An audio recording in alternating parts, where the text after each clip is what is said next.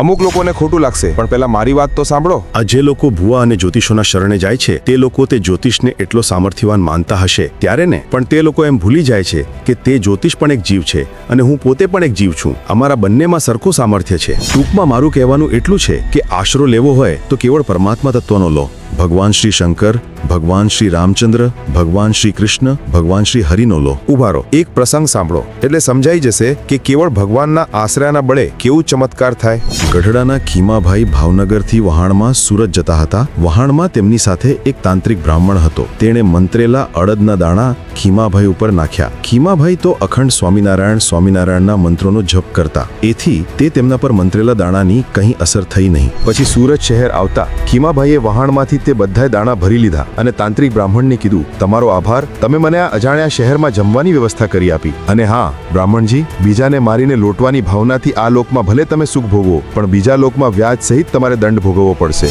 આ યાદ રાખજો. તાંત્રિક બ્રાહ્મણને પોતાની ભૂલ સમજાઈ ગઈ અને તે રડ્યો અને ખીમાભાઈના પગ પકડીને માફી માંગી. પછી ખીમાભાઈએ તેના ઉપર દયા કરીને તેને પોતાની સાથે લઈ ગયા અને સ્વામિનારાયણના સાધુની ઓળખાણ કરાવી. પછી તો તે તાંત્રિક બ્રાહ્મણ સત્સંગી થયો અને તેણે કંઠી ધારણ કરી. થોડા સમયમાં તો તેને સ્વામિનારાયણના સાધુની દીક્ષા મેળવી અને તેનું નામ શ્રીજી મહારાજે શૂન્યાતીતાનંદ સ્વામી પડ્યું. તેઓ 17 વર્ષ સુધી શ્રીહરિની સેવામાં રહ્યા હતા અને મહારાજનો અખૂટ રાજીપો મેળવ્યો હતો. અને તેમણે સુરતમાં શિખરબંધ મંદિર બનાવડાવ્યું હતું. તે મંદિર આજે પણ આ સ્વામીની સ્મૃતિ કરાવે છે. જોયું ને હરિભક્તો, માટે આશરો કરો તો ભગવાનનો જ કરો, બીજા કોઈનો નહીં. અને જો તમને આ વિડીયો પસંદ આવ્યો હોય તો આ વિડીયોને લાઈક કરી દેજો અને આવા સત્સંગના વિડીયો જોવા માટે અમને સબસ્ક્રાઇબ અને ફોલો કરી લેજો. સૌને જય સ્વામિનારાયણ.